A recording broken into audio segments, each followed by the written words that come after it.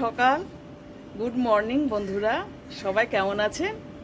নিশ্চয়ই খুব ভালো আছেন আর সুস্থ আছেন। সবাই নিশ্চয়ই সুন্দরভাবে দিনটি শুরু করছেন। আমিও চেষ্টা করছি সুন্দরভাবে দিনটি শুরু করব। এখন কিন্তু অনেক সকালবেলা, জানেন তো, 7টা, কিন্তু একদম দেখছি ঠাঠা রোদ্দুর উঠে গেছে আর খুব গরম।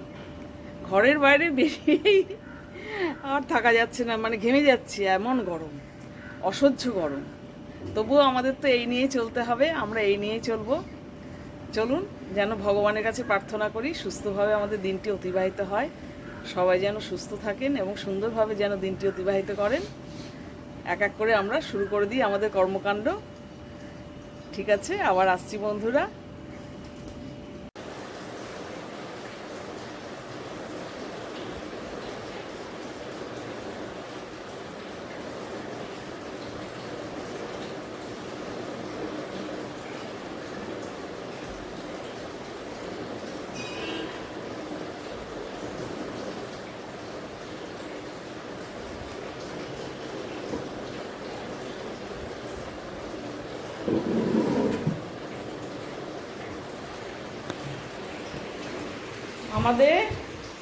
আমরা নাকি মেয়েরা শাস্ত্রেই বলে দশভুজা।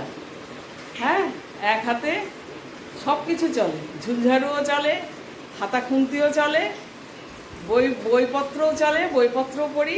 আবার আমরা কি করি, ছেলে মেয়েদের পড়াশোনা করায়, আবার আমরা চাকরি করতে বাইরেও বেরোই।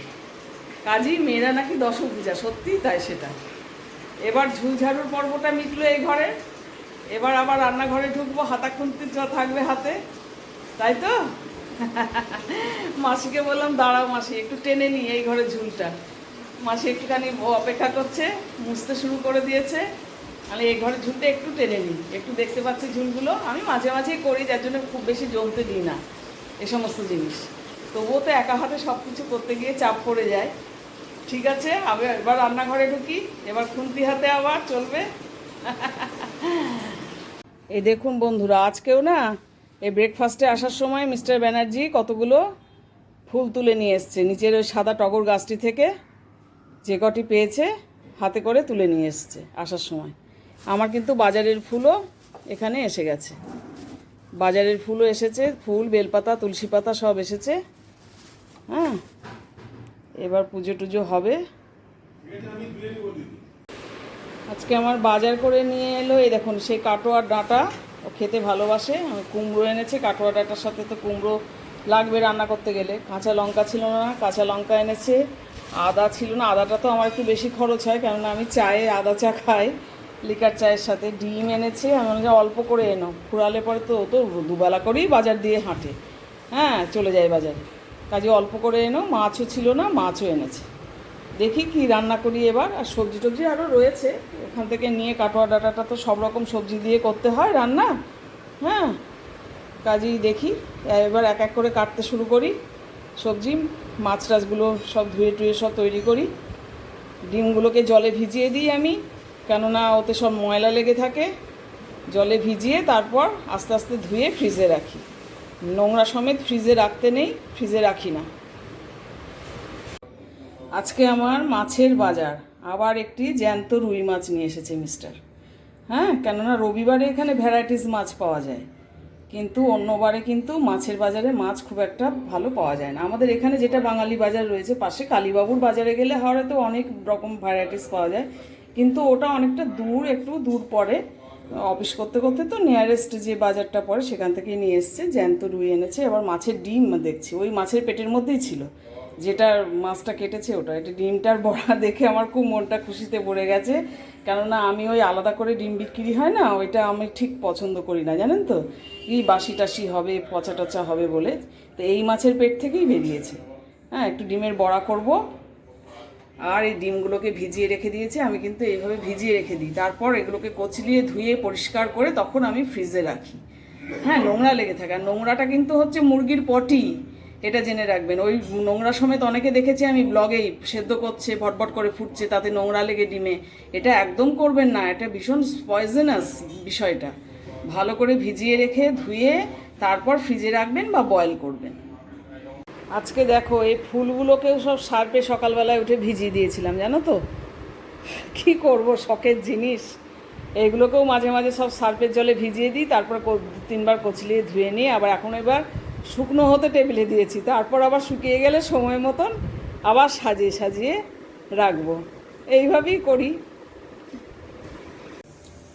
বন্ধুরা দেখুন, আমি না যেভাবে ডিমের বড়া ভাজি, এই পেঁয়াজ কুচি, কাঁচা লঙ্কা কুচি, একটু রসুন কুচি, কাঁচা তেল দিয়ে দিয়েছি, একটু লবণ দিয়ে দিয়েছি, আর যেটা দেব আমি এই যে মুড়ির গুঁড়ো, মুড়িটাকে মিক্সির মধ্যে অল্প পরিমাণ, তো অল্প পরিমাণে একটুখানি মুড়ি নিয়ে ডাস্ট করে নিলাম, মুড়ির গুঁড়োটা এতে দিয়ে দেবো, বুঝলেন?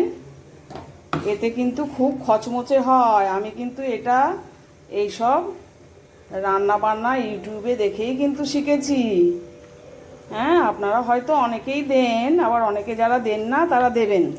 একটু লেবুর রসও দিয়েছি আমি এর মধ্যে, পাতি লেবুর রস একটু দিয়ে দিয়েছি, দিয়ে ভালো করে চটকে মেখে নিয়ে এবার বড়াগুলো ভাজবো। একবার করে দেখবেন মুড়ির গুঁড়ো দিয়ে, যারা করেননি, ভালো লাগবে, মচমচে হবে, ভালো লাগবে। এখন বাজে বন্ধুরা ঠিক 1:30 বাজলো, 1:35। আমার আজকে লাঞ্চ রেডি হয়ে গেছে। আমি দিয়ে দিলাম মিস্টার ব্যানার্জিকে ভাত, আর ওনার এই যে স্পেশাল কাটোয়ার ডাটা নিয়ে এসেছেন, উনি খেতে চাইছিলেন, মাছের ডিমের বড়া ভাজা, মাছ হালকা করে, আর এই দই। উনি কিন্তু ডাল খুব একটা পছন্দ করেন না, এই তরকারি দিয়ে মেখে খেতে উনি ভীষণ পছন্দ করেন। ডালটা দেখি পড়েই থাকে, আর মাছের ঝোল দিয়ে খাবে, খানিকটা দই দিয়ে খাবে, মধ্যে মধ্যে একটু মাছের ডিম ভাজা খাবে। কিন্তু আবার আমার ছেলে থাকলে কিন্তু ঠিক উল্টো, জানেন তো, ওর কিন্তু যতই যা কিছু থাক, ওর কিন্তু ডাল মাস্ট। আগে ডাল চাই, তারপর অন্য কিছু তুমি পঞ্চব্যঞ্জন যতই রান্না করো না কেন, ডাল কিন্তু ওর চাই। কিন্তু আমার হাজব্যান্ডের ডালের অত ভক্ত নয়, ও তরকারি দিয়ে ভাত মেখে, শুকনো শুকনো করে ভাত মেখে খেতে ও খুব ভালোবাসে, তাই আর ডাল করিনি। ঠিক আছে বন্ধুরা, আপনারাও খান, লাঞ্চ করুন, আমরাও লাঞ্চ করি, আবার আসবো। মাঝে মাঝে বন্ধুরা মনে হয় সেই ছোটবেলায় ফিরে যায়। ছোটবেলাটা কত চিন্তামুক্ত ছিল বলুন তো। দেখুন এদের খেলা দেখে না, এখন কিন্তু বিকেলবেলা, জানেন তো, 4:45 বাজে, এরা কেমন খেলে চলেছে, বিকেলটা এরা উপভোগ করছে। আমরাও কিন্তু একসময় খেলতাম বলুন ছোটবেলায়, সেই ছোটবেলায় আজকে ফিরে যাচ্ছি আমি এখন। আমি তাকিয়ে তাকিয়ে জানলা দিয়ে উঁকি মেরে মেরে এদের খেলা দেখছি। এরা ছেলে, স্টাফেদেরই ছেলে আমাদের, নিচে একটু জায়গা পেয়েছে, সেই জায়গাটিতেই ফুটবল নিয়ে খেলছে। আর আমরা মেয়েরা হয়তো একটু পুতুল নিয়ে খেলতাম, একটু খেলনাবাটি খেলতাম, একটু চোরচড়ানি খেলতাম। এক সময় কিন্তু এই বিকেলটা আমাদেরও ছিল।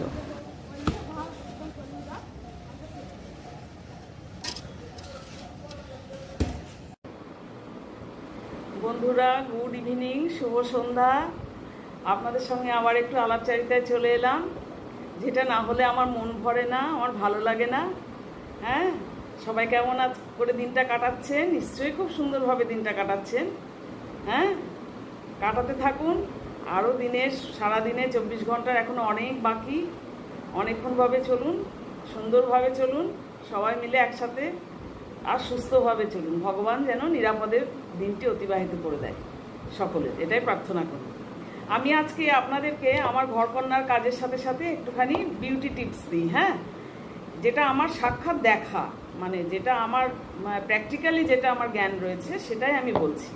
আমার কোনো বিউটিশিয়ান কোর্স করা নেই, কোনো কিছু করা নেই। আমি যেটা প্র্যাকটিক্যাল দেখেছি, কাছের থেকে রেজাল্ট পেয়েছি, আমি সেটাই বলছি। অনেক মানুষ থাকে, পুরুষ এবং মহিলা, খুব সুদর্শন, কিন্তু তাদের পায়ের গোড়ালিটি ফাটা থাকে, বেশ ফাটাচ্ছে, যেটা দেখতে সত্যি খুব খারাপ লাগে। মনে হয় মুখের দিকে তাকিয়ে কত সুন্দর, শরীরটা, ফিগারটা কত সুন্দর, কিন্তু পায়ের গোড়ালির দিকে যখন চোখটি যায় তখন কিন্তু মনটা খারাপই লাগে, বাজেই লাগে, যে গোড়ালিটা এরকম একটুখানি উনি পরিচর্যা করেন না, গোড়ালিটা ফাটা এরকম রয়েছে। রোগা মানুষদেরও হয়, আবার মোটা মানুষদেরও হয়। তা সেরকম একজন রোগা স্লিম ফিগারের মানুষই আমার একদম ক্লোজের, তার কথাই আমি বলছি অভিজ্ঞতা থেকে। তিনি পায়ের গোড়ালি ফাটা, তো আমি একবার বলে ফেলেছিলাম, সে সুয়েজ খালের মতন, বিভিন্ন খাল বিলের মতন তোমার পায়ের গোড়ালিটা ফাটা, এটা তো ইনফেকশন হয়ে যেতে পারে, এটার একটু ব্যবস্থা করো, একটু ডক্টরস দেখাও। হ্যাঁ, মানে নিজের থেকে কিছু করতে যেও না, ডক্টরস দেখাও। বলাতে সে তার মনে বোধহয় কিছু একটা লেগেছিল এখানটায়। আমি ন্যাচারালি খুব একটা কম মানে ফ্রন্টিং করে কথা বলি পরিবারের সাথে। সবাই বলে, আমি ঠিক আছে শুনি, আমার খারাপ লাগলে আমি সেটা বলি, এটা আমার খারাপ লাগলো, কিন্তু আমি বলি না খুব একটা। তো তার বোধহয় মনে লেগেছিল। সে দেখছি হঠাৎ একদিন তার পায়ের গোড়ালিটির খুব পরিচর্যা করছে রাত্রিবেলায়। হ্যাঁ, তার বাড়িতে আমি ছিলাম সেদিন। একদম বিছানায় যখন উঠে গেছে, মানে শোয়ার সময় ঘুম থেকে, মানে আর সে নামবে না, সমস্ত কিছু সেরে রাত্রিবেলায় শোয়ার বিছানায় উঠে গেছে, তখনই আমি দেখছি পাশের ঘর থেকে এসে যে ক্লিনজিং মিল্ক, একটা ভালো ব্র্যান্ডেড কোম্পানির, এবং কটন এবং বোরোপ্লাস নিয়ে সে শুলো, বোরোলিন বা বোরোপ্লাস নিয়ে সে শুলো।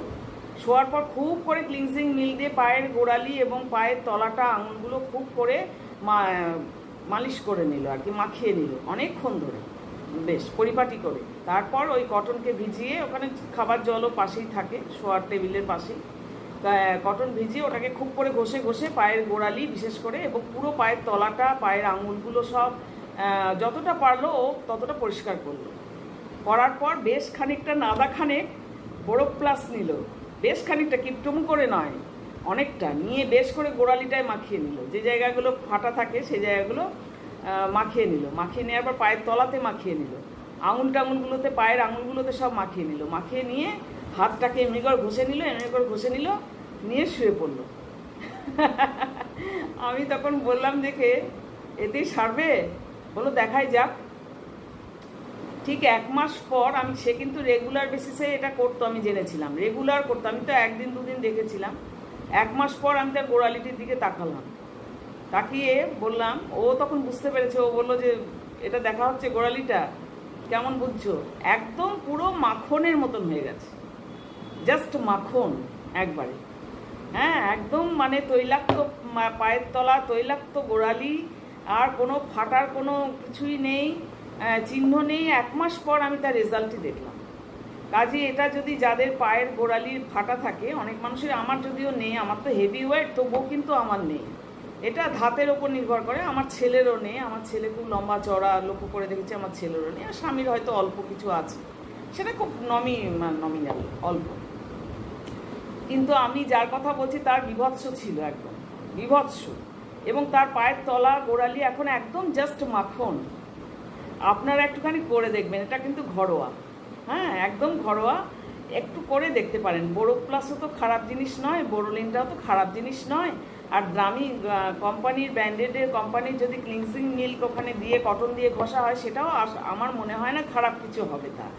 হ্যাঁ, বিপরীত কিছু খারাপ কিছু হবে বলে আমার মনে হয় না সেটা। কিন্তু তারপরে সে আর নিচে নামতো না, বিছানা থেকে আর নিচে নামতো না, মানে রাতে শুয়ে পড়তো, লাইট বন্ধ করে শুয়ে পড়তো। আপনারাও যাদের এরকম সমস্যা, অনেকেরই আছে, হ্যাঁ, যেরকম বিছানা থেকে আর নিচে নামতো না, মানে রাতে শুয়ে পড়তো, লাইট বন্ধ করে শুয়ে পড়তো।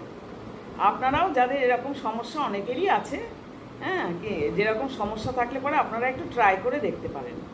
এটাই কিন্তু ছিল আজকে আমার বিউটি টিপস, একটু দেখতে পারেন। যাই হোক, আমার সান্ধ্য আলাপে আমি আজকের এই বিউটি টিপসটাই দিলাম, আর সারাদিনের কাজকর্ম যেটুকুনি ধরতে পেরেছি ক্যামেরায় সেটুকুনি দিলাম। সবাই খুব ভালো থাকবেন, সুস্থ থাকবেন, সুন্দর থাকবেন। আর আরেকটি ব্লগ নিয়ে আবার আসবো আমি নিশ্চয়ই। হ্যাঁ, আমাকে কিন্তু একটু সাবস্ক্রাইব করবেন, আমার চ্যানেলটি এগিয়ে নিয়ে যাবেন। আপনারা না নিয়ে এগিয়ে নিয়ে গেলে কে এগিয়ে নিয়ে যাবে বলুন? হ্যাঁ, এগিয়ে নিয়ে যাবেন। আর একটুখানি আমার ব্লগগুলি দেখবেন, স্কিপ না করে লাইক, কমেন্ট, শেয়ারের মাধ্যমে একটুখানি আমার হাতটি ধরবেন। ইউটিউব প্ল্যাটফর্মে আমি পা রেখেছি, আপনারা আমার হাতটি ধরবেন প্লিজ। গুড নাইট, টাটা, আবার আসবো।